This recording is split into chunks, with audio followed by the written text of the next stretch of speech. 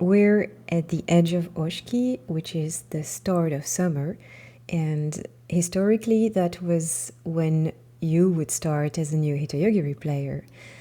So what if we did this together for a full year, we go full circle like season after season, and then we end back here end of spring next year. And I hope that by then you will feel what it's like to tune in with the seasons, and also that how it kind of expands to other aspects of your life. This is what I would like to try. And we're starting this week, picking up where we left off. Last week I was dusting off my Ichikotsu Doyo interseason music sheet.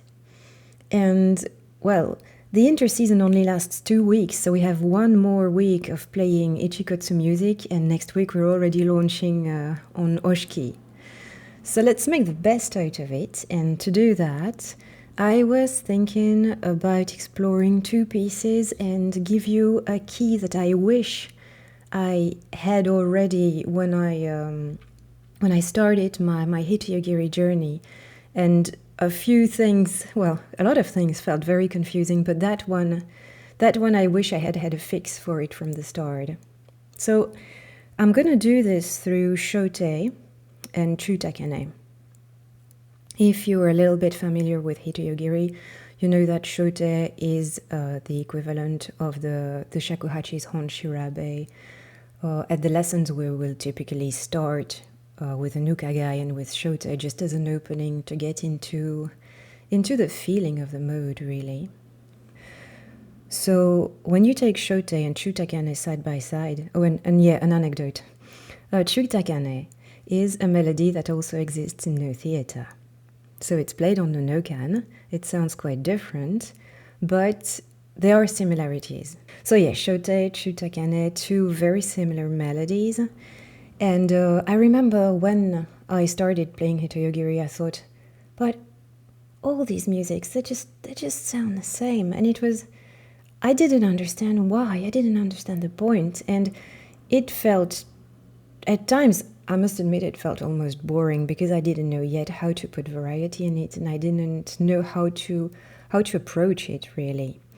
It's only when I started studying Muromachi era poetry that it clicked. And I cannot tell for sure if the 2 are related, but the similarity struck me between the mechanics of honkadori in poetry and the composition of Hitoyogiri music. I've already made a video about honkadori a while ago. Basically, what it is taking part of an existing poem and then adding your own little bit to it, kind of adding your creative touch to it. And I feel that it's very much the same thing that happens in Hitoyogiri music. You build onto something that already exists. And at the same time, for people who are familiar with poetry, and in our case, who are familiar with Hitoyogiri, they will instantly know what you're talking about, what you're at. And that's what makes it all the more fun, or at least that was the idea at the time, and it still is once you understand why it's done. So I'll play both tunes, one after the other, and let's see if you spot the differences.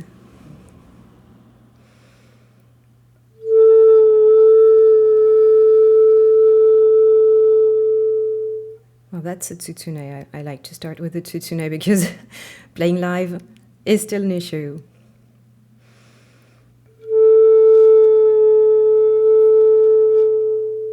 All right. This is shote.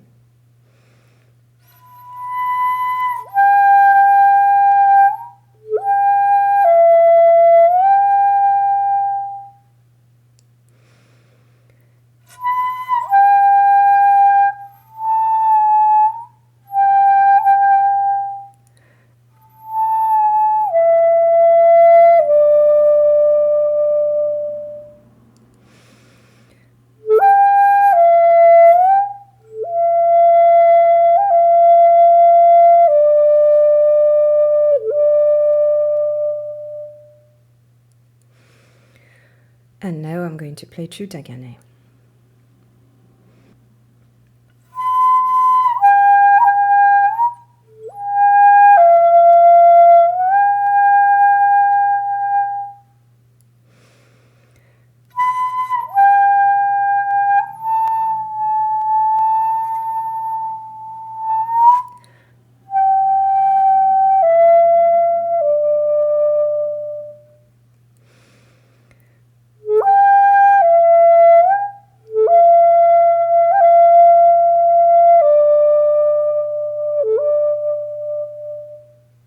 Did you spot the differences? The differences happen in the second phrase of each song. Hopefully I will have found a way to put them on screen so that you see those two phrases from each music side by side right now as I'm talking. And we are very lucky because those musics come from manuscripts, and we have received quite a lot of information, a lot of annotations that tell us pretty much exactly how to play them. And it's really nice because if you take Chutakane, if I didn't have any instructions on how to play it, it would sound like this.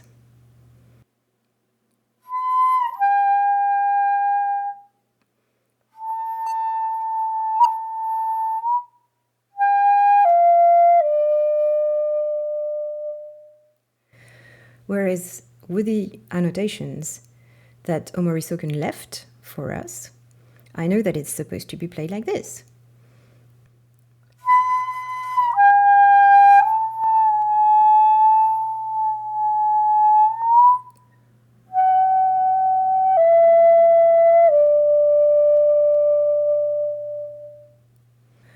Basically, we're being told when to bend the notes, how to bend them. We're not being told for how long, but that, I think, is probably the easiest part to figure out. One of the big things that I struggle with, pretty much with every piece that we play, is how long am I supposed to linger on the last note of a melody? We only get told when a note has to be a lot longer than the others. There's a specific marking for it. And then it's just a matter of playing the others relative to that long note.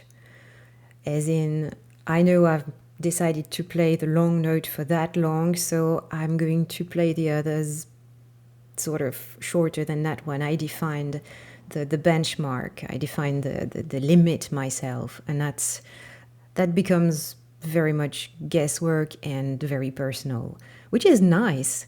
But if you like certainty, then yeah, I guess Hitoyogiri may be quite a stressful instrument because amongst the things we know, there's often still a big margin to experiment with. Yeah, this was Shote, this was Chutakane.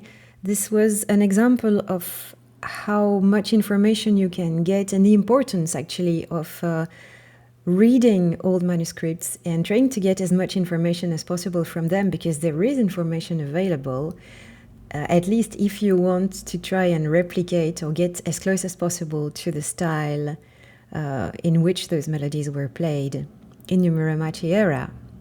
Another thing I wanted to share with you today was about Shomyo again, because you know how I talked about it last week.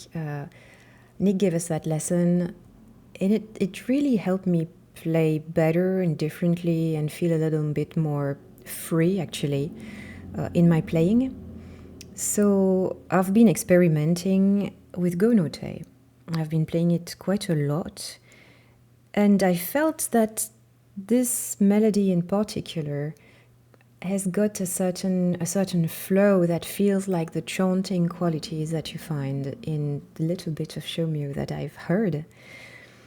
So I'd like to play it for you so you can hear it and make your own opinion. One thing I will be playing differently from the lessons, we're actually being told when we learn Ichikotsu that when you do a yuri, so the undulating on a note, you do it on the lowest note on the flute, so fu or to. And in this case, I'm going to be doing it on ho. Why? Because that's the note that precedes the series of yuris. And I find that it eases a lot better into the rest of the piece. Well, I'll let you listen and find out for yourself.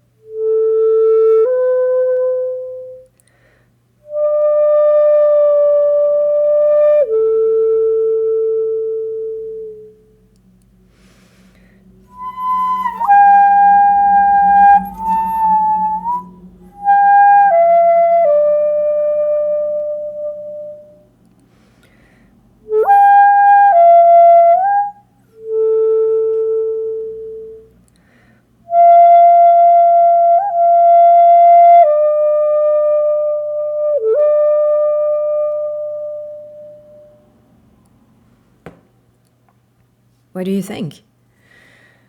I feel it could be chanted. There could have been words on this or syllables of a Buddhist song. I don't know. I really like its flow. And yeah, I was very happy to share this with you because this is also what this diary is about. I wonder how I'll be playing this a year in a year's time when we're back full circle. And I really invite you to join me on this journey. I'll be hopefully posting every week or every other week. And as usual, I will put in a description below all the information that you need if you want to access the music sheet that I'm using, if you want to follow lessons, but also if you want to read brushed up versions of all the things that I'm talking about in my videos. There are now 2 websites available to discover Hitoyogiri. You've got hitoyogiri.com. And the idea is to have a few academical articles there as well, written by Nick, so that you can get into all the subtleties and the depth of the instrument from more of a technical point of view. As for the kind of field experiments, you've got audreyhermans.com, audreyhermans.be even, which is the website where I will publish articles related to the videos that I make. And you will find there brushed up versions of what I'm talking about, because quite often, as I don't script my videos, ideas get tangled a little bit. The English is not perfect, and it sometimes can be hard to follow. So, as I really love writing, I dedicated a place on the web for Hitoyogiri subjects that are dear to me. So, I hope that I'll see you there as well. If you have any comments, please leave them below. I'm always very happy to hear about you. Thank you for being here, and I will be seeing you soon. Bye.